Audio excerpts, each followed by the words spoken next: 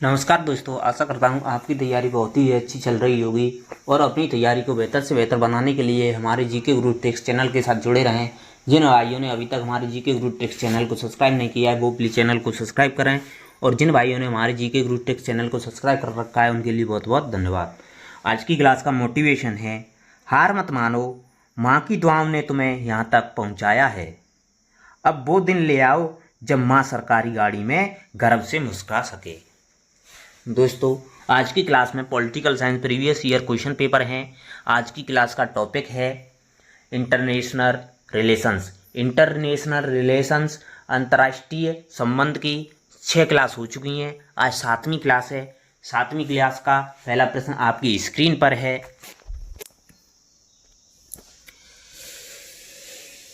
कथन ए और कारण दे रखे हैं दोस्तों। कथन ए दे रखा है, शक्ति संतुलन विश्व राजनीति में यथापूर्व की स्थिति में फलीभूत होता है। हाँ दोस्तों, शक्ति संतुलन है वो विश्व राजनीति में यथापूर्व स्थिति में फलीभूत होता है। कथन सही है दोस्तों। अब कारण दे रखा है, अंतर्राष्ट्रीय संबंधों में राज्य मुख्यकर्ता या अभिनेता है। ये भी सही है दोस्तों, कारण भी सही है, लेकिन व्याख्या सही नहीं कर रहा है। अतः कथन और कारण दोनों सही हैं, लेकिन आर है वो ए की सही व्याख्या नहीं कर रहा है। तो ऑप्शन आपका आंसर हो जाएगा ऑप्शन बी। ए और आर दोनों सही हैं, किंतु आर ए की सही व्याख्या नहीं करता है। आपका अगला सवाल है,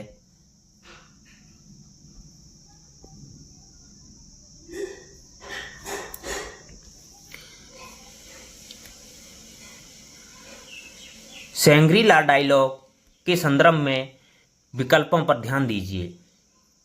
इस फोरम का नाम सिंगापुर के एक होटल सांग्री-ला होटल के नाम पर रखा गया है।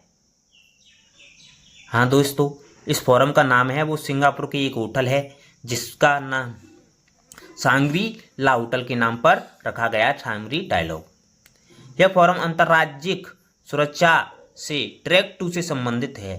यह ट्रैक 2 से संबंधित नहीं है दोस्तों, यह ट्रैक 1 से संबंधित है। ट्रैक 1 से संबंधित है, यह ट्रैक 1 से संबंधित है। दूसरा कथन गलत हो जाएगा, तो आपका सही जवाब हो जाएगा ऑप्शन ए। मात्र एक सही है। सांग्री-ला संवाद है, डायलॉग है, वो एक अंतर सरकारी है। ट्रैक फर्स्ट एशिया प्रशांत क्षेत्र के राज्यों का एक सुरक्षा से संबंधित संवाद मंच है। संवाद मंच है जिसका आयोजन इंटरनेशनल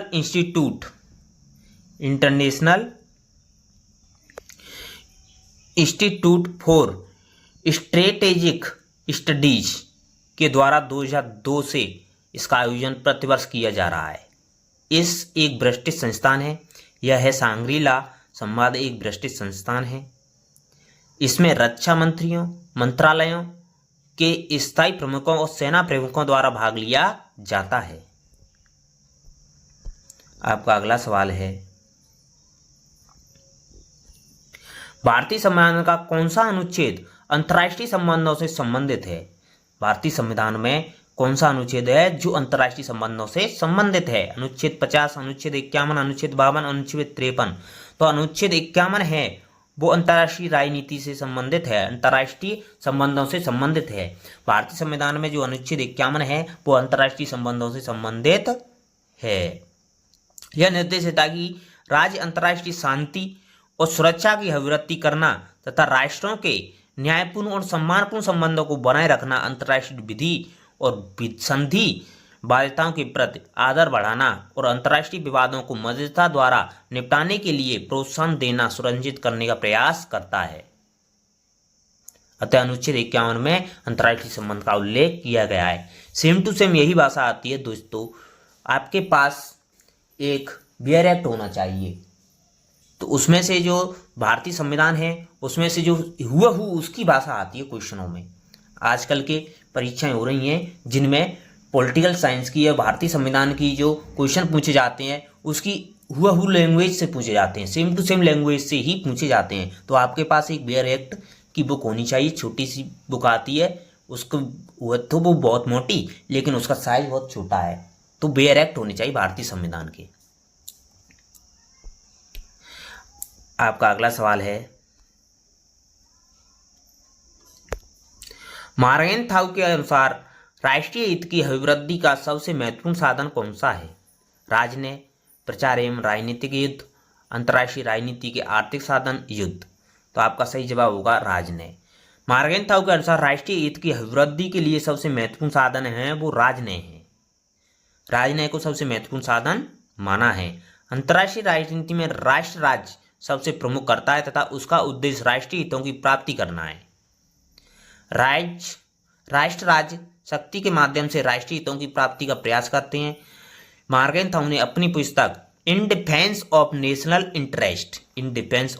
इंटरेस्ट में मार्गेनथाउ ने कहा था कि राष्ट्रीय हित की अभिवृद्धि सबसे महत्वपूर्ण साधन राजनय होगा। तो आपका सही जवाब होगा ऑप्शन ए। आपका अगला सवाल है, परमाणु प्रसार संधि से अलग होने वाला प्रथम देश कौन सा है? चीन, क्यूबा, उत्तरी कोरिया, कनाडा। आपका सही जवाब होगा उत्तरी कोरिया। जो नॉर्थ कोरिया है, उत्तरी कोरिया है, वो परमाणु प्रसार संधि से अलग होने वाला पहला देश है। परमाणु प्रसार संधि परमाणु हथियारों का विस्तार रोकने और परमाणु तकनीक के शांतिपूर्ण ढंग से इस्तेमाल को बढ़ावा देने के लिए अंतर्राष्ट्रीय प्रयासों का एक हिस्सा है। 1968 में हुई यह संधि 1970 से प्रभावी हुई थी। वर्ष 2003 में इस संधि से अलग होने वाला पहला देश उत्तर कोरिया है। 2003 में उत्तर कोरिया इससे अलग हो गया था, इस परमाणु अप्रसार संधि से। तो आपका सही जवाब होगा ऑप्शन सी। आपका अगला सवाल है, जिन भाइयों ने अभी तक हमारे जीके गुरु ट्रिक्स चैनल को सब्सक्राइब नहीं किया है वो प्लीज़ चैनल को सब्सक्राइब जरूर करें। एशिया का कौन सा भाग दुनिया की छत के नाम से जाना जाता है? पश्चिमी एशिया, दक्षिणी एशिया, दक्षिण पूर्वी एशिया, मध्य एशिया। तो मध्य एशिया है वो दुनिया की छत के नाम से जाना जाता है। मध्य एशिया के अंतर्गत कजाकिस्तान, किर्गिस्तान, तजाकिस्तान, तुर्कमेनिस्तान और उज्बेकिस्तान आते हैं। लगभग 40 लाख वर्ग किलोमीटर क्षेत्रफल में स्थित इस भूभाग का विस्तार पश्चिम में कैस्पियन सागर से लेकर पूर्व में चीन और दक्षिण में अफगानिस्तान से लेकर उत्तर में रूस तक फैला हुआ है। तो दुनिया की छत के नाम से मध्य एशिया को जाना जाता है। आपका अगला सवाल है, संयुक्त राष्ट्र आम सभा द्वारा प्रथम निशस्त्रीकरण दशक घोषित कब किया गया था? 1950 से 60 तक, 1960 से 70 तक, 1970 से 80 तक, 1980 से 90 तक का दशक। तो आपका सही जवाब आएगा 1970 से 1980 के दशक को संयुक्त राष्ट्र आम सभा द्वारा प्रथम निशस्त्रीकरण दशक घोषित किया गया था। 1970 से 1980 के मध्य को दशक को निशस्त्रीकरण दशक घोषित किया था संयुक्त राष्ट्र संघ ने। आपका अगला सवाल है, निम्न में से कौन गुटनिरपेक्ष आंदोलन का संस्थापक सदस्य नहीं था? कौन है वो गुटनिरपेक्ष आंदोलन का संस्थापक नहीं था? Nehru, Nasser, Marshal Tito, Fidel Castro. तो दोस्तों जो गुटनिरपेक्ष नीति है जिसके 5 संस्थापक देश से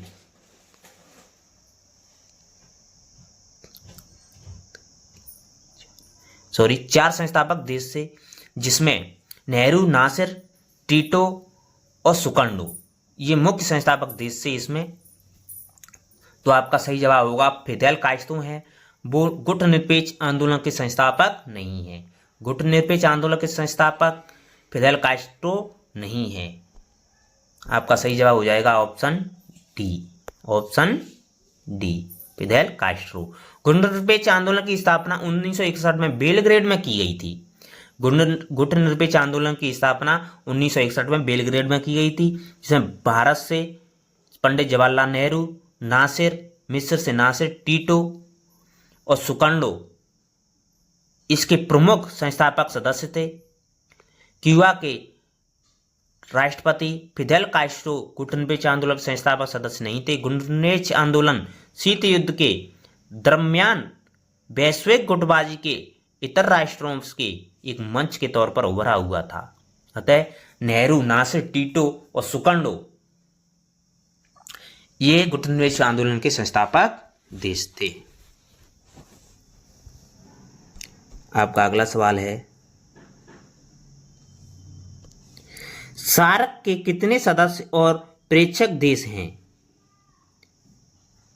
7 सदस्य और 10 प्रेक्षक, 8 सदस्य 9 प्रेक्षक, 7 सदस्य 9 प्रेक्षक, 8 सदस्य और 10 प्रेक्षक। आपका सही जवाब होगा ऑप्शन बी, 8 सदस्य और 9 प्रेक्षक। सार्क की स्थापना 8 दिसंबर 1985 को की गई थी, जिसमें 8 सदस्य देश हैं। स्थापना 8 दिसंबर 1985 को की गई थी। आपका अगला सवाल है,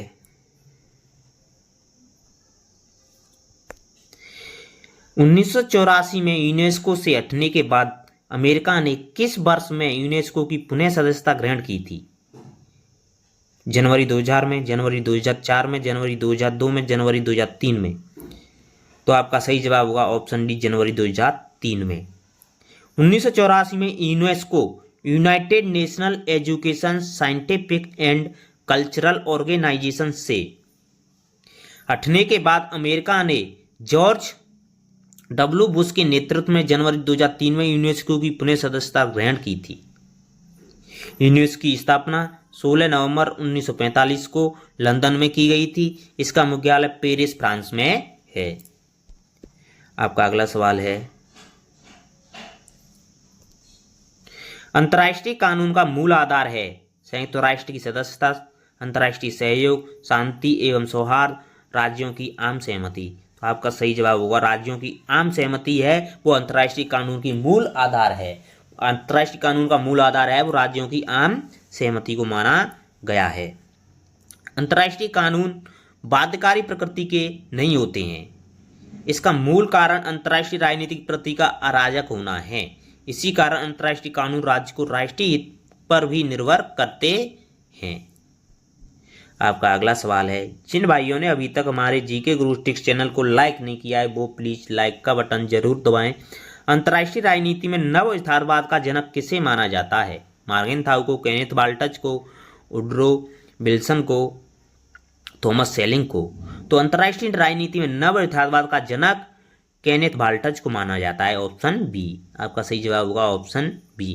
केनेथ बाल्टज की पुस्तक है थ्योरी ऑफ इंटरनेशनल रिलेशंस, जो 1979 में लिखी थी, जिसमें नव यथार्थवाद सिद्धांत का उल्लेख किया था। आपका अगला सवाल है, यथार्थवाद के अनुसार अंतर्राष्ट्रीय राजनीति का आधार है नैतिकता, सहयोग, शांति, शक्ति। आपका सही जवाब होगा ऑप्शन डी, शक्ति। शक्ति है वो अंतर्राष्ट्रीय राजनीति का आधार माना जाता है। यथार्थवादी हैं वो शक्ति को अंतर्राष्ट्रीय राजनीति का आधार मानते हैं, जबकि नैतिकता, सहयोग एवं शांति आदर्शवादी मानते हैं। जो आदर्शवादी हैं वो नैतिकता, सहयोग एवं शांति को मानते हैं, एवं उदारवादी हैं वो इसका आधार इंगित करते हैं। आदर्शवाद और उदारवादी नैतिकता, सहयोग और शांति को मानते हैं, उदारवादी और आदर्शवादी। और यथार्थवादी हैं वो शक्ति को मानते हैं इसका आधार। तो आपका सही जवाब होगा ऑप्शन डी। आपका अगला सवाल है,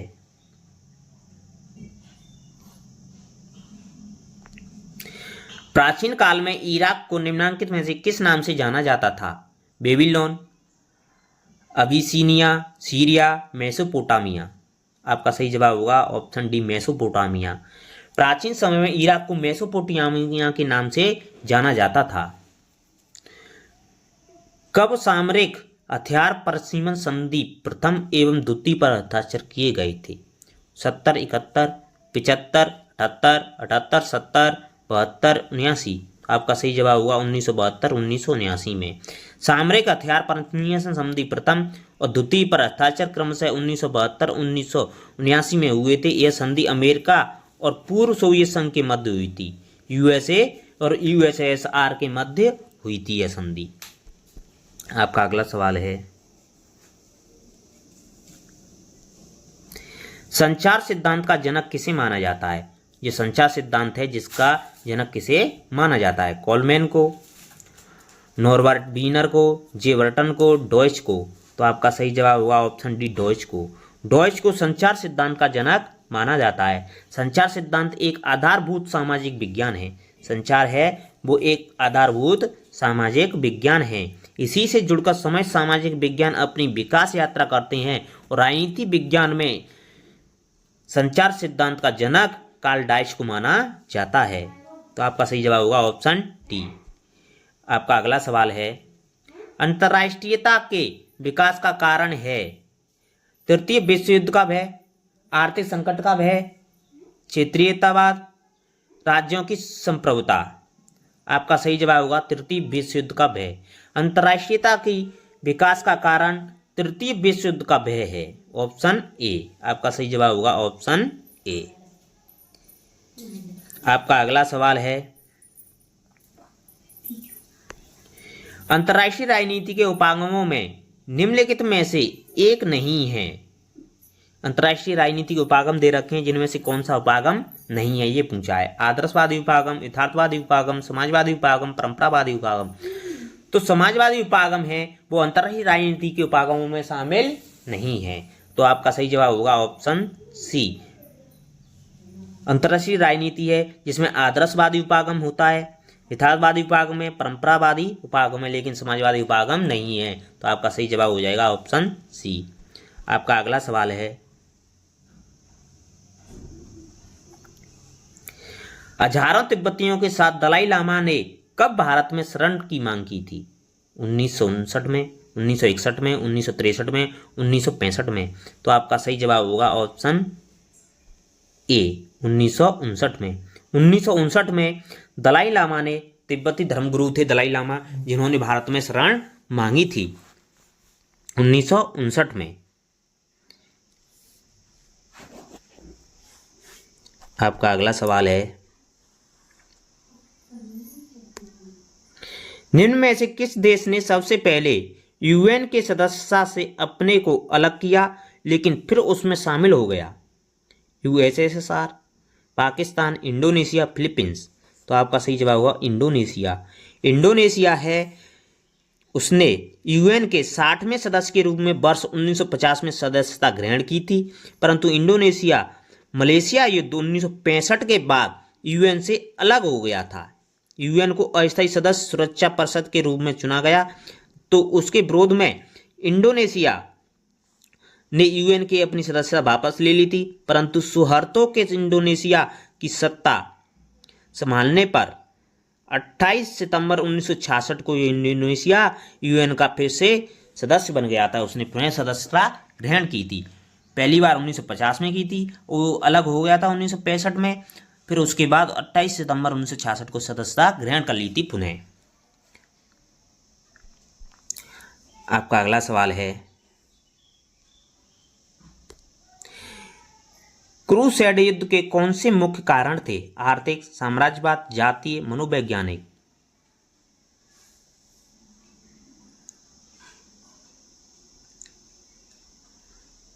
जो क्रूसेड है जिसको युद्ध के मुख्य कारण क्या थे?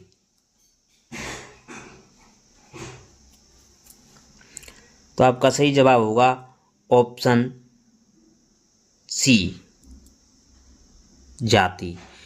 यूरोप के ईसाइयों द्वारा 1095 से 1291 के मध्य अपने धर्म की पवित्र भूमि फिलिस्तीनी एवं राजधानी जेरूसलम में स्थित ईसा की समाधि का गिरजाघर मुस्लिमों से छीनने के लिए किए गए युद्ध को ईसाई धर्म युद्ध कहा जाता है, इसलिए उन्हें 7 भागों में बांटा था।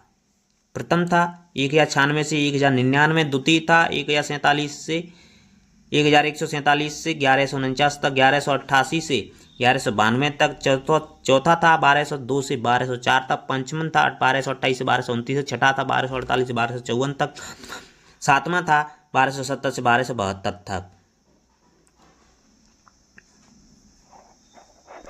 आपका अगला सवाल है,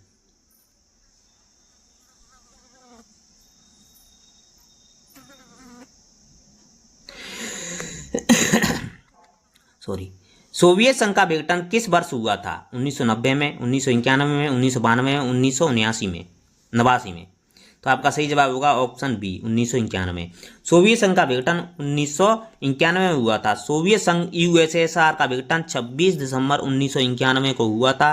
सोवियत संघ के तत्कालीन राष्ट्रपति मिखाइल गोर्बाचोव ने तत्कालीन स्थापित केंद्रीय सत्ता के स्थान पर शक्ति के विकेंद्रीकरण की नीति अपनाई और अन्य गणतंत्रों को स्वतंत्र होने की मान्यता दी। गोर्बाचोव की नीतियों के कारण शक्तिशाली साम्यवादी दल की शक्ति का ह्रास हुआ। इसके फलतः मुख्य स्वरूप 1991 में सोवियत संघ का विघटन हो गया था और जो राष्ट्रपति थे मिखाइल गोर्बाचोव, उन्होंने अपने पद से इस्तीफा दे दिया था, पद से त्याग पत्र दे दिया था। तो आपका सही जवाब हो जाएगा ऑप्शन बी। आपका अगला सवाल है, निम्न में से किसने अंतरराष्ट्रीय राजनीति में गेम सिद्धांत खेल थ्योरी का प्रतिपादन किया था? गेम सिद्धांत खेल theory, Thomas E Schelling, M A. Kaplan, Norbert Wiener, साइनर। तो आपका सही जवाब एम.ए. कापलान। एम.ए. कापलान ने गेम थ्योरी खेल सिद्धांत का प्रतिपादन किया था। खेल सिद्धांत का प्रयोग 1940 के दशक में गणित में किया गया था। सबसे पहले इसका प्रयोग गणित में किया गया था। राजनीति विज्ञान में 60 के दशक में इसका प्रयोग किया गया था। गेम सिद्धांत खेल थ्योरी का प्रयोग 1960 के दशक में राजनीति विज्ञान में किया गया था। वो भी मार्टर कापलान विलियम और थॉमस शेलिंग ने दिया था।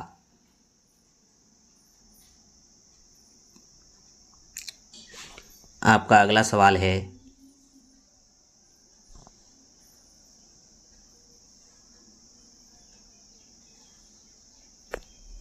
अंतर्राष्ट्रीय कानून विधि शास्त्र का तिरोहित बिंदु है, किसका कथन है? ऑस्टिन का, गार्डनर का, हेनरी मैन का, हॉलैंड का।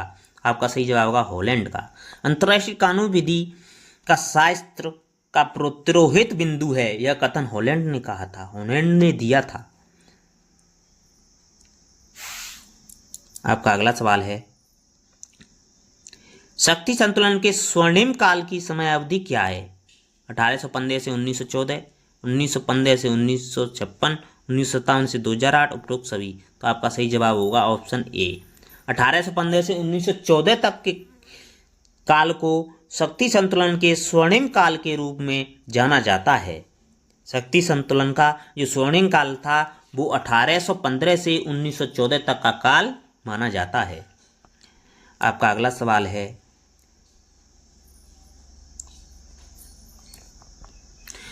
किसको यथार्थवादी सिद्धांतकारों के जनक के रूप में जाना जाता है? एच.जे. मॉर्गेनथाउ, जी.एफ. कैनन, राइनहोल्ड नाइबूहर, उपरोक्त में से कोई नहीं। तो आपका सही जवाब होगा राइनहोल्ड नाइबूहर को यथार्थवादी सिद्धांतकारों के रूप में जनक के रूप में जाना जाता है। आपका अगला सवाल है, शीत युद्ध का पराभय इतिहास का पराभय था, यह किसने कहा था? एम. गोर्बाचोव ने, ए. फुकुयामा ने, डब्ल्यू. क्लिंटन ने, उपरोक्त में से किसी ने नहीं। तो आपका सही जवाब होगा एफ. फुकुयामा ने। फुकुयामा ने शीत युद्ध का पराभय इतिहास का पराभय था, यह कथन कहा था। तो आपका सही जवाब होगा ऑप्शन बी। आपका अगला सवाल है, जो व्यक्ति अभी तक हमारे चैनल पर नए जुड़े हैं उनसे रिक्वेस्ट है वो प्लीज चैनल को सब्सक्राइब करें। आपका अगला सवाल है, राष्ट्रीय हित की वृद्धि का साधन है राजनय, साम्राज्यवाद, युद्ध, उपरोक्त सभी। तो आपका सही जवाब होगा ऑप्शन डी, उपरोक्त सभी। राष्ट्रीय हित की वृद्धि का साधन राजनय को माना जाता है, साम्राज्यवाद को माना जाता है, युद्ध को भी माना जाता है। तो आपका सही जवाब हो जाएगा ऑप्शन डी, उपरोक्त सभी। आपका अगला सवाल है,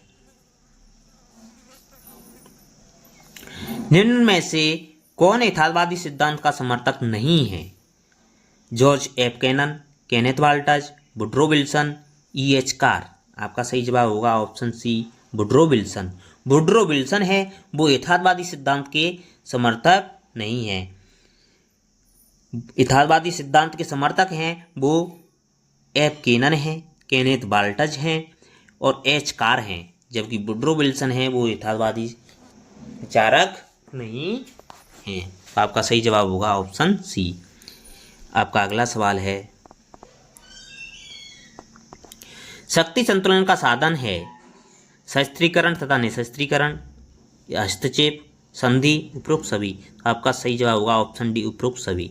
शक्ति संतुलन के साधन है शक्तिकरण भी होता है, निशस्त्रीकरण भी होता है, हस्तक्षेप भी होता है, संधि भी होती है। ये सभी शक्ति संतुलन के साधन माने जाते हैं। तो आपका सही जवाब हो जाएगा ऑप्शन डी। आपका अगला सवाल है द्वितीय विश्व युद्ध का काल है, जो द्वितीय विश्व युद्ध हुआ था उसका काल कौन सा है वो देखना है, बताना है दोस्तों। तो आपका दे रखे हैं ऑप्शन 1936 और 1942 के बीच, 1937 और 1943 के बीच, 1938 1944 के बीच, 1939 1945 के बीच। तो दोस्तों द्वितीय विश्व युद्ध हुआ था वो 1939 से 1945 के बीच हुआ था। 1939 से 1945 के बीच द्वितीय विश्व युद्ध हुआ था।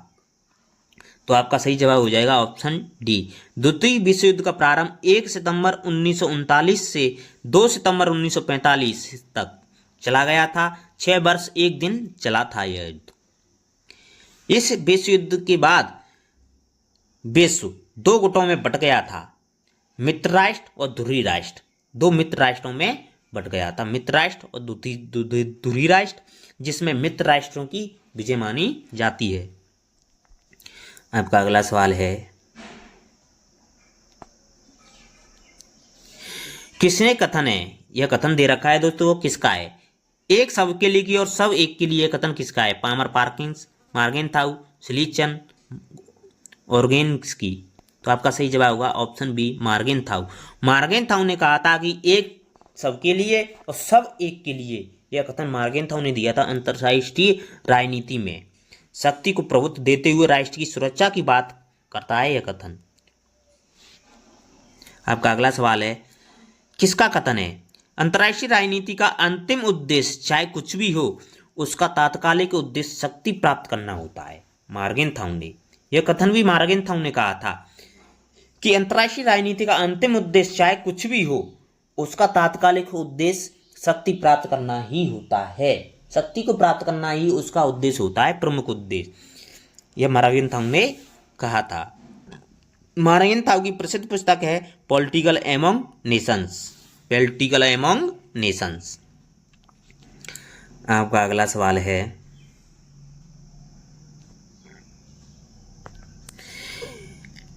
एसएस लोटस विवाद में टक्कर वाले जलयान किन देशों के थे?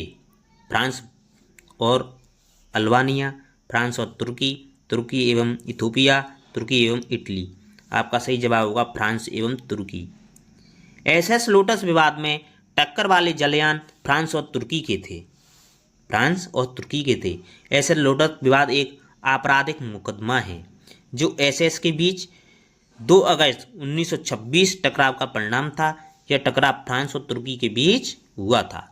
आपका अगला सवाल है अंतर्राष्ट्रीय संबंध अंतर्राष्ट्रीय राजनीति की अपेक्षा एक विस्तृत शब्द है, यह कथन किसने कहा था? थॉम्पसन ने, पामर एवं पार्किंस ने, हार्डमैन ने, मार्गेनथाउ ने। तो आपका सही जवाब होगा पामर एवं पार्किंस ने। पामर एवं पार्किंस ने कहा था कि अंतर्राष्ट्रीय संबंध अंतर्राष्ट्रीय राजनीति की अपेक्षा एक विस्तृत शब्द है। आपका अगला सवाल है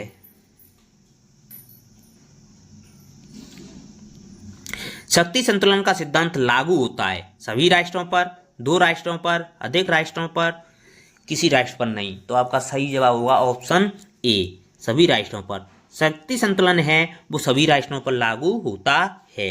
आपका अगला सवाल है विंस्टन चर्चिल ने प्रसिद्ध आयरन कर्टेन भाषण निम्न में से किस स्थान पर दिया था? फुलटन भाषण, फुलटन फ्लोरिडा में, वाशिंगटन डीसी में, उपरोक्त में किसी में नहीं। तो आपका सही जवाब होगा ऑप्शन ए, फुलटन में। विंस्टन चर्चिल ने अपना भाषण आयरन कर्टेन है जो फुलटन में दिया था।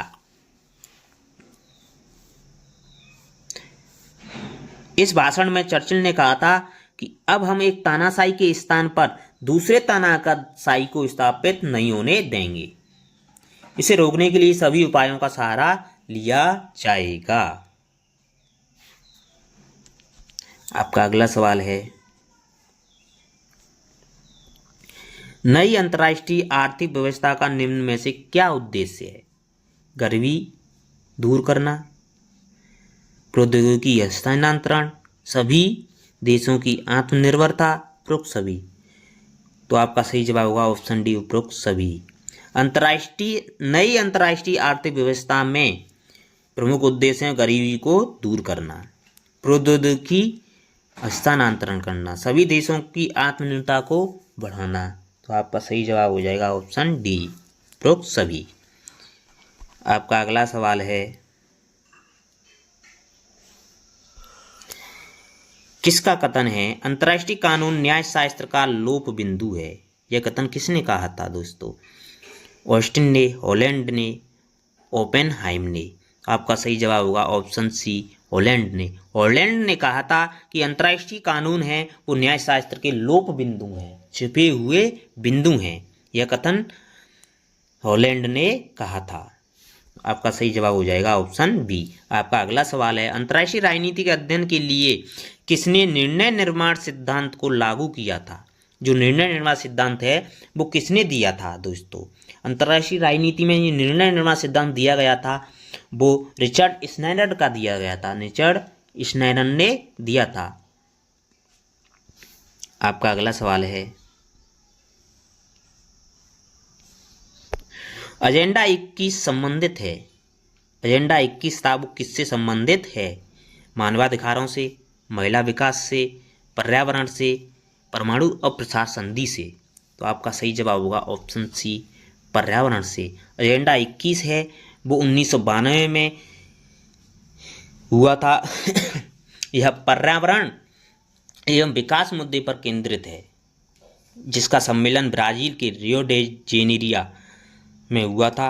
इसे पृथ्वी सम्मेलन के नाम से भी जाना जाता है एजेंडा 21 को, जो पर्यावरण से संबंधित है, पर्यावरण के ऊपर मुद्दे उठाए गए थे। तो आपका सही जवाब हो जाएगा ऑप्शन सी, एजेंडा 21 पर्यावरण से संबंधित है। आपका अगला सवाल है, प्रकृति का वस्तुपरक कानून एक यथार्थवाद का सिद्धांत है जिसको अभिव्यक्त किया गया था। यह कथन किसने कहा था दोस्तों कि प्रकृति का वस्तुपरक कानून एक यथार्थवाद का सिद्धांत है?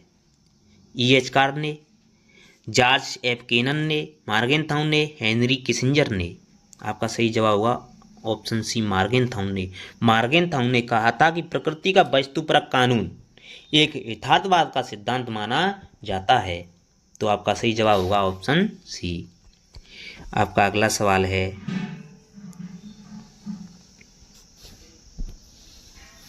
1950 के दशक में विकास प्रशासन क्यों उभरा था? उपनिवेशवादी तीसरी दुनिया में तेजी से विकास लाने के लिए,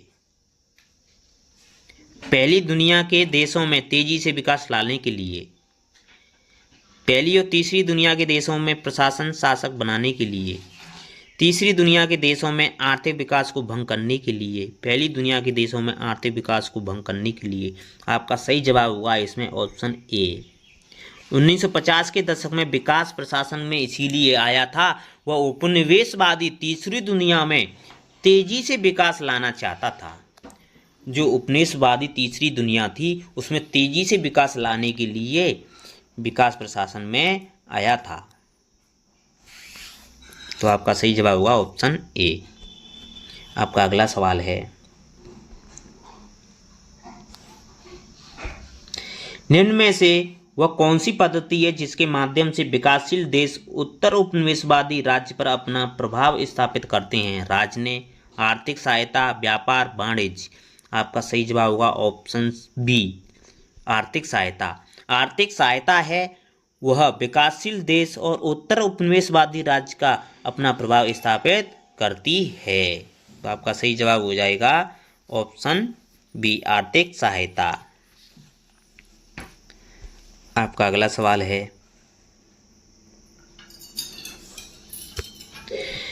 उत्तर उपनिवेशक राज्य के संबंध में निम्नलिखित कथनों पर विचार कीजिए। उत्तर उपनिवेश के बारे में कथन दे रखे हैं दोस्तों, उनमें से सही कथन को पहचानना है कि प्रशासकीयता एक निरंतर एवं वर्तमान सरोकार है। हाँ दोस्तों, जो प्रशासकीयता होती है ये निरंतर और वर्तमान सरोकार होती है।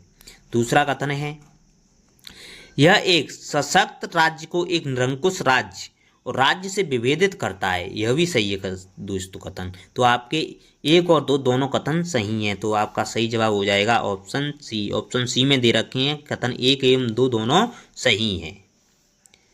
आपका अगला सवाल है,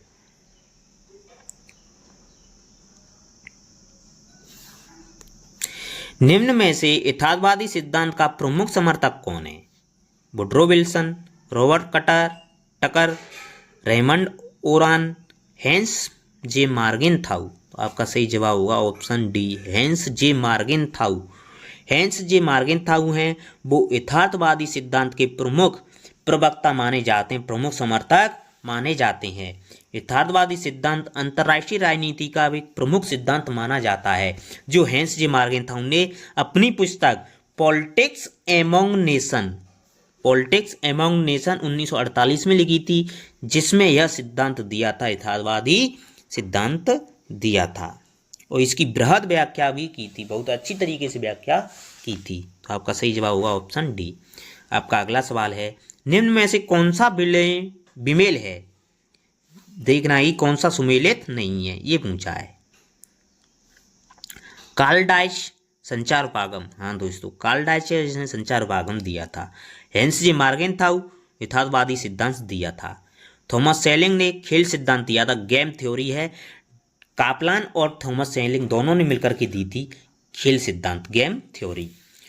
और मार्टिन सुबिक सर्वहारा अंतर्राष्ट्रीयवाद, ये गलत है दोस्तों। सर्वहारा अंतर्राष्ट्रीयवाद है, मार्टिन सुबिन ने दिया था,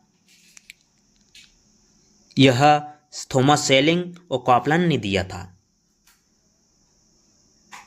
सर्वहारा अंतर्राष्ट्रीयवाद, इसका संबंध खेल सिद्धांत से माना जाता है, सर्वहारा अंतर्राष्ट्रीय। तो आपका डी वाला ऑप्शन है वो गलत हो जाएगा, तो सही जवाब आपका हो जाएगा, विमेल पूछा है इसमें, तो आपका ऑप्शन डी माना जाएगा। आपका अगला सवाल है,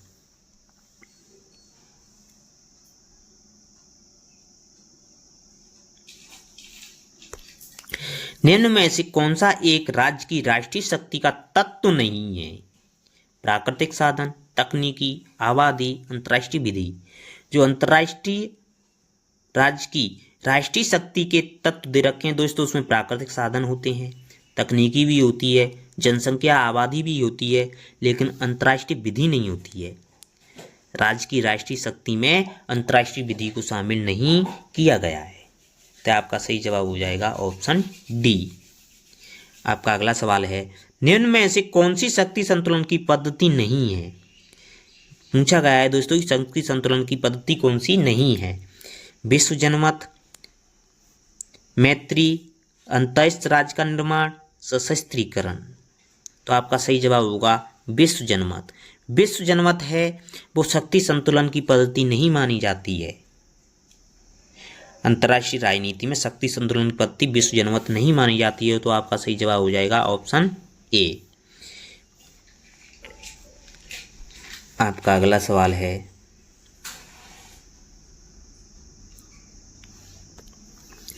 सामूहिक सुरक्षा की अवधारणा सर्वप्रथम प्रकट हुई थी वेस्टफालिया की संधि में, म्यूनिख समझौते में, राष्ट्र संघ के प्रसंविदा में, संयुक्त राष्ट्र घोषणा पत्र में। तो आपका सही जवाब होगा राष्ट्र संघ के प्रसंविदा में।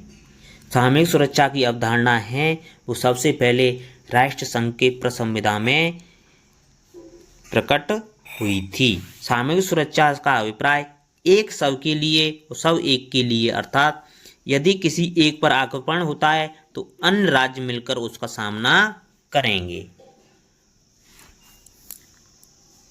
आपका अगला सवाल है, अंतर्राष्ट्रीय झगड़ों के शांतिपूर्वक निपटारे का निम्न में से कौन सी पद्धति नहीं है? नाकाबंदी, वार्ता, विवाचन, समाधान। तो आपका सही जवाब होगा ऑप्शन ए, नाकाबंदी। अंतर्राष्ट्रीय झगड़ों में शांतिपूर्ण निपटारे का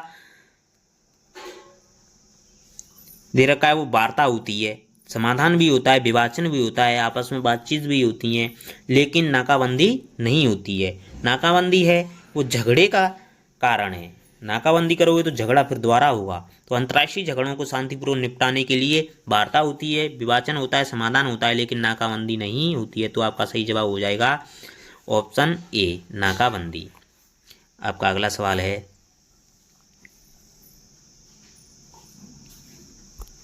अंतर्राष्ट्रीय संबंधों में मार्क्सवादी उपागम का अंतिम लक्ष्य क्या था? जो अंतर्राष्ट्रीय राजनीति थी उसमें मार्क्सवादी उपागम था, जिसमें अंतिम लक्ष्य दे रखा था, वो क्या था वो पूछा है दोस्तों। पूंजीवाद को उखाड़ फेंकना नहीं दोस्तों, मार्क्सवाद की यह उपागम नहीं, मार्क्सवादी क्यों का यह नहीं मानना था कि पूंजीवाद को उखाड़ फेंकना, ये नहीं था। भारत संघर्ष को तीव्र करना, ये भी नहीं था दोस्तों। अंतर्राष्ट्रीय साम्यवादी संप्रदाय की स्थापना करना, हाँ दोस्तों, मार्क्सवादी उपागम मानता था कि अंतर्राष्ट्रीय साम्यवादी संप्रदाय की स्थापना करना। तो आपका सही जवाब हो जाएगा ऑप्शन सी, अंतर्राष्ट्रीय साम्यवादी संप्रदाय की स्थापना करना। आपका अगला सवाल है, शक्ति का आशय यह है कि व्यक्ति दूसरे व्यक्ति के दिमाग और कार्यों पर नियंत्रण रखें। शक्ति से इस खेल का आधार है हित। निम्नलिखित में से किसने कहा था? यह कथन दे रखा है दोस्तों, तो ये कथन किसका है? मार्गेनथाउ का, मैकियावेली का, एफएल शूमन का, जॉर्ज एफ कैनन का।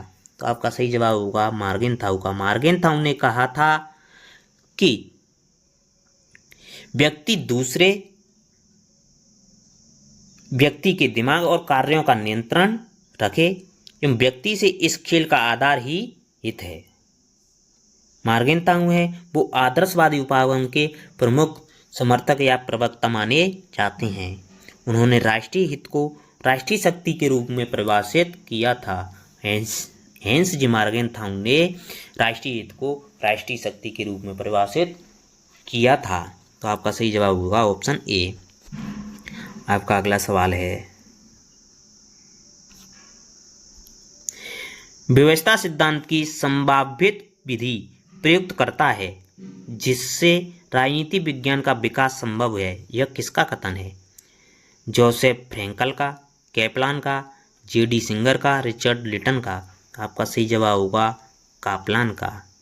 मार्टिन कापलान ने कहा था कि जिससे राजनीति विज्ञान का विकास संभव है, यह मार्टिन कापलान ने कहा था। अंतर्राष्ट्रीय राजनीति के व्यवस्था सिद्धांत के प्रमुख प्रतिपादक माने जाते हैं मार्टिन कापलान।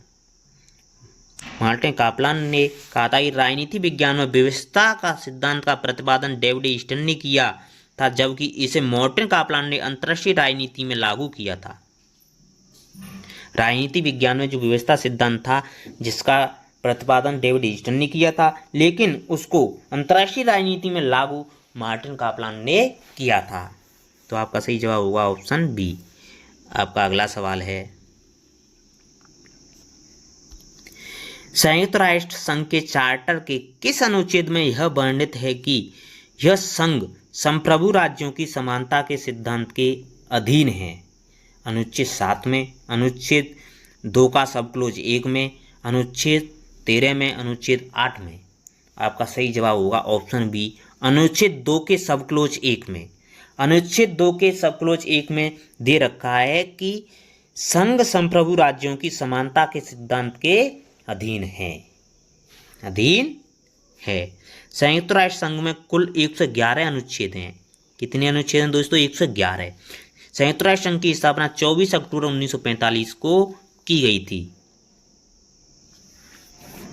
जिसमें 111 अनुच्छेद हैं। और अनुच्छेद 2 के सब क्लोज 1 में संघ संप्रभु राज्य की समानता के सिद्धांत की व्याख्या की गई है। आपका अगला सवाल है, नव यथार्थवाद से संबंधित त्रुटिपूर्ण कथन को पहचानिए। दोस्तों, नव यथार्थवाद के संबंध में जो कथन दे रखे हैं उनमें से गलत कथन को पहचानना है। जो गलत कथन है उसको पहचानना है कि रक्षात्मक यथार्थवाद का मुख्य भाव सुरक्षा दुविधा होना है, ये सही है दोस्तों। आक्रामक यथार्थवाद का मुख्य भाव सापेक्ष लाभों का अधिकतम करण होना है, ये भी सही है। स्थिरता के लिए बहुध्रुवीयता पर बल, ये नहीं है दोस्तों। स्थिरता के लिए बहुध्रुवीयता पर बल नहीं दिया गया था, ये गलत है दोस्तों। तो अंतर्राष्ट्रीय व्यवस्था की विद्वान तथापि इसका अनिवार्यतः अराजकता होना, ये भी है। लेकिन आपका सही जवाब हो जाएगा ऑप्शन सी, यह कथन गलत है। जो त्रुटिपूर्ण कथन है वो स्थिरता के लिए बहुध्रुवता पर बल, यह कथन गलत है। आपका अगला सवाल है,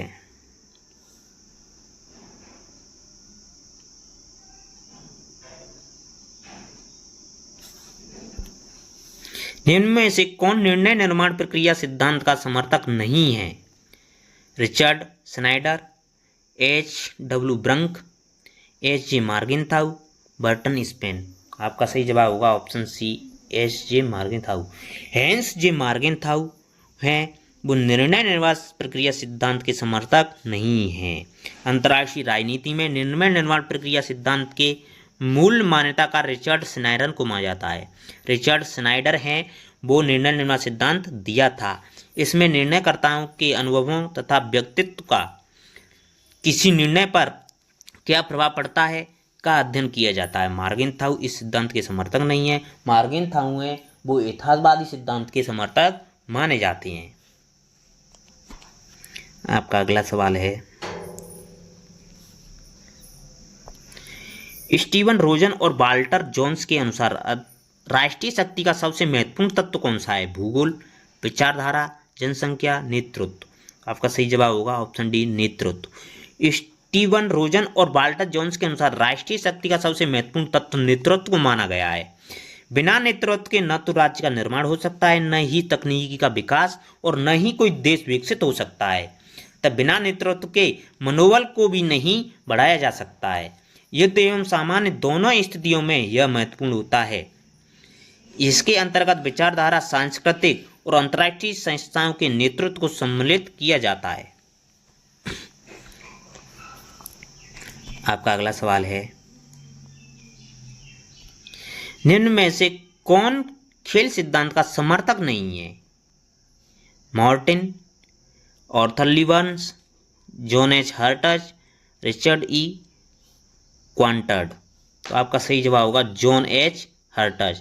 जॉन एच हर्टज हैं वो खेल सिद्धांत, गेम थ्योरी के समर्थक नहीं हैं। अमेरिकन राजनीति शास्त्र और अंतर्राष्ट्रीय राजनीति के विद्वान जॉन एच रिचर्ड खेल सिद्धांत के समर्थक नहीं थे। Political realism and political idealism 1951 में इसकी प्रमुख कृति थी, जिसके अतिरिक्त मार्टिन कापलान, आर्थर ली बर्न्स और रिचर्ड ई क्वांडंट खेल सिद्धांत या गेम थ्योरी के समर्थक हैं। आपका अगला सवाल है, राज्य सरकार और राष्ट्रीय संस्थानों के एक अध्ययन के रूप में राजनीति विज्ञान की अवधारणा है। एक, परंपरागत दृष्टिकोण, समकालीन दृष्टिकोण, आदर्श दृष्टिकोण, आगमनात्मक दृष्टिकोण, वैज्ञानिक दृष्टिकोण। जो परंपरागत दृष्टिकोण है वो राज्य सरकार और राष्ट्रीय संस्थानों के एक अध्ययन के रूप में राजनीति विज्ञान की अवधारणा देती है। तो आपका सही जवाब हो जाएगा ऑप्शन ए। आपका अगला सवाल है, राष्ट्रीय हित विदेश नीति का क्या है? मुख्य तत्व, निर्धारक तत्व, सारभूत तत्व, इनमें से कोई नहीं। तो राष्ट्रीय नीति का विदेश नीति, राष्ट्रीय हित है वो विदेश नीति का निर्धारक तत्व माना जाता है। विदेश नीति का निर्धारक तत्व है वो राष्ट्रीय हित है। तो आपका सही जवाब होगा ऑप्शन बी। आपका अगला सवाल है,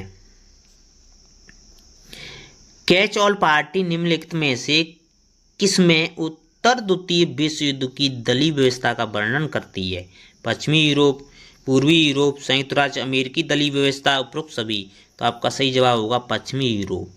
पश्चिमी यूरोप है वो कैच ऑफ पार्टी में उत्तर द्वितीय विश्व युद्ध की दलीय व्यवस्था का वर्णन करती है, पश्चिमी यूरोप में। आपका सही जवाब हुआ ऑप्शन ए। आपका अगला सवाल है,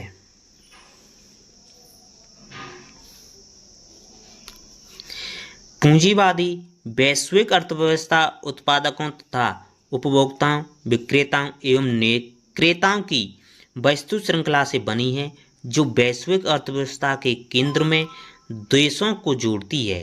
यह कथन निम्नलिखित में से किसका आधार है? भूमंडलीकरण तथा आधुनिकीकरण सिद्धांत का, लेनिन के साम्राज्यवाद सिद्धांत का, फ्रेडमैन के विश्व सपाट सिद्धांत का व्यवस्था सिद्धांत का। तो यह विश्व व्यवस्था सिद्धांत का मुख्य आधार है। विश्व व्यवस्था सिद्धांत का आधार है कि पूंजीवाद वैश्विक अर्थव्यवस्था उत्पादकों तथा उपभोक्ताओं, विक्रेताओं एवं क्रेताओं की वस्तु श्रृंखला से बनी है, जो वैश्विक अर्थव्यवस्था के केंद्र से देशों को जोड़ती है। उन्होंने बताया है कि विकासशील देश भी विकसित पूंजीवादी देशों की श्रेणी में पहुंच सकते हैं।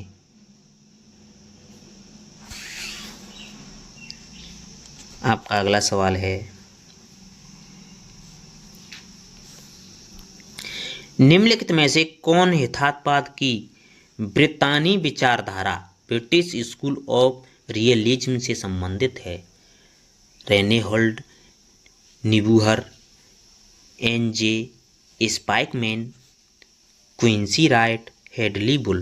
तो आपका सही जवाब होगा option D, Hedley Bull. Hedley Bull यथार्थवाद की ब्रितानी विचारधारा से संबंधित हैं। हेडली बुल और जेम्स राजनेराउ यथार्थवाद की ब्रितानी विचारधारा से संबंधित हैं।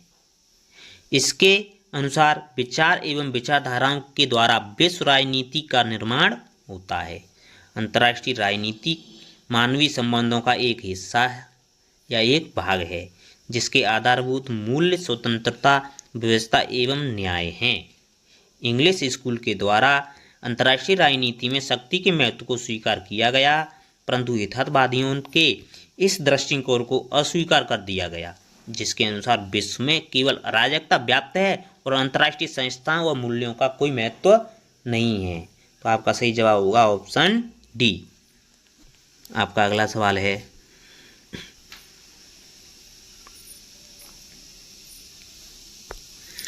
निम्नलिखित में से कौन शक्ति संतुलन की मुख्य धारणा नहीं है?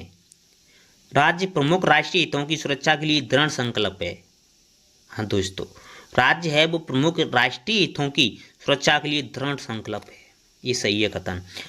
प्रमुख राष्ट्रीय हितों को खतरा पैदा हो सकता है, ये भी सही है। राज्यों की सापेक्ष सत्ता स्थितियों का मापन किया जा सकता है, ये भी सही है। राज्य दूसरों के व्यवहार का मूल्यांकन करने हेतु नैतिक मानदंडों को लागू करते हैं, नहीं दोस्तों, ये कथन गलत है। तो आपका सही जवाब हो जाएगा ऑप्शन डी। आपका अगला सवाल है, जिन भाइयों ने अभी तक हमारे जीके गुरु टिप्स चैनल को लाइक नहीं किया है, वो प्लीज लाइक का बटन जरूर दबाएं। निम्नलिखित में से किस घटना को शीत युद्ध की समाप्ति का संकेत माना जाता है?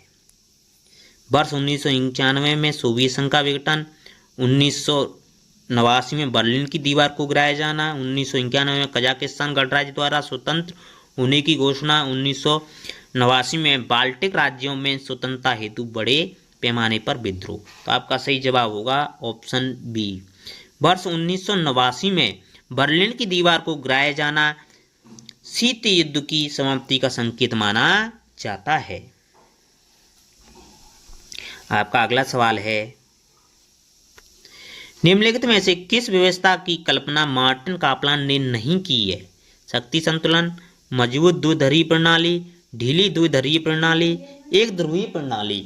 आपका सही जवाब होगा ऑप्शन डी, एक ध्रुवीय प्रणाली। एक ध्रुवीय प्रणाली है वो मार्टिन कापलान ने अंतर्राष्ट्रीय राजनीति के व्यवस्था सिद्धांत के तहत शक्ति संतुलन मॉडल का प्रतिपादन अपनी पुस्तक system and process in international politics 1957 में किया था, जिन्होंने एक ध्रुवीय प्रणाली की कल्पना नहीं की थी। तो आपका सही जवाब होगा ऑप्शन डी। आपका अगला सवाल है,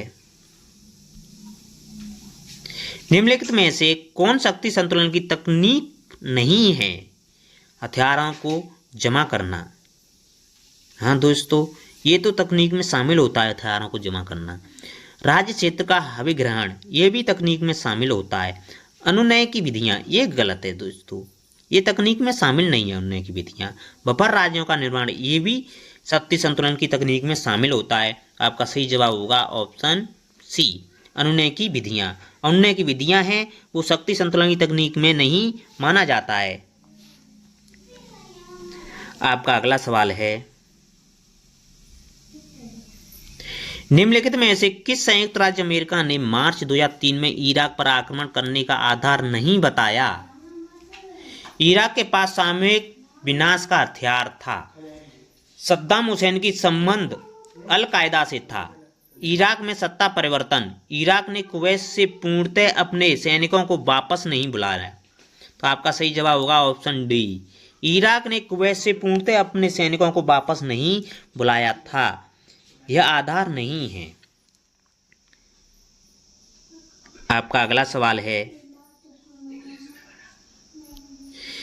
निम्नलिखित में से किसके द्वारा जलवायु उपशमन कार्यसूची के संबंध में साझा परंतु विभेदकारी उत्तरदायित्व का सिद्धांत उभर कर आया?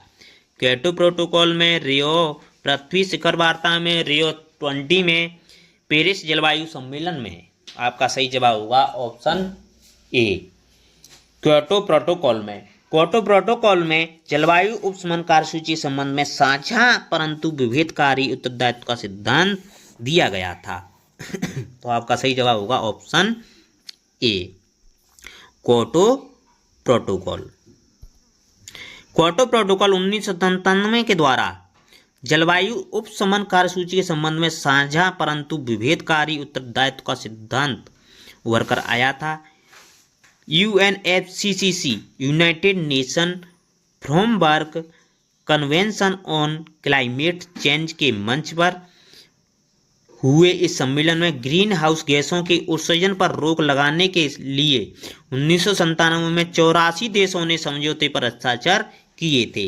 यह प्रोटोकॉल विकसित देशों के लिए अनिवार्य था, परंतु विकासशील देशों के ऊपर कोई बाध्यता नहीं थी। भारत और चीन दोनों ने इस संबंध का विरोध किया था। क्योटो प्रोटोकॉल 1997 में आया था। क्योटो प्रोटोकॉल को UNFCCC के तीसरे सत्र 1997 में स्वीकार किया गया था। आपका अगला सवाल है,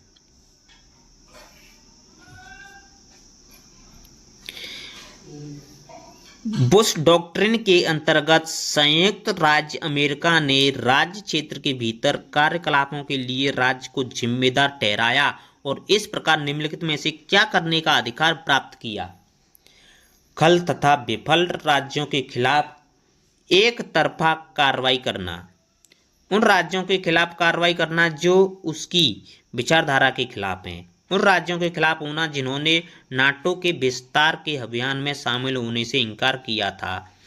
नरजातीय नरसंहार की स्थितियों में हस्तक्षेप करना। तो आपका सही जवाब होगा ऑप्शन ए, खल तथा विफल राज्यों के खिलाफ एक तरफा कार्रवाई करना।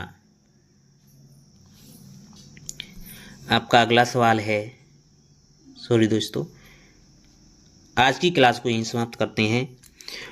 थैंक यू दोस्तों। अगर आपको क्लास पसंद आई हो तो लाइक करें और अधिक से अधिक शेयर करें। प्रीवियस वीडियो देखने के लिए आपकी स्क्रीन पर जो वीडियो दिखाई दे रही है उस पर क्लिक करें और प्रीवियस वीडियो देखें और अपनी तैयारी को बेहतर से बेहतर बनाएं। जो व्यक्ति अभी हमारे चैनल पर नए जुड़े हैं उनसे प्लीज़ रिक्वेस्ट है वो प्लीज़ चैनल को सब्सक्राइब करें और लाइक करें। थैंक यू, धन्यवाद। आपका दिन शुभ हो।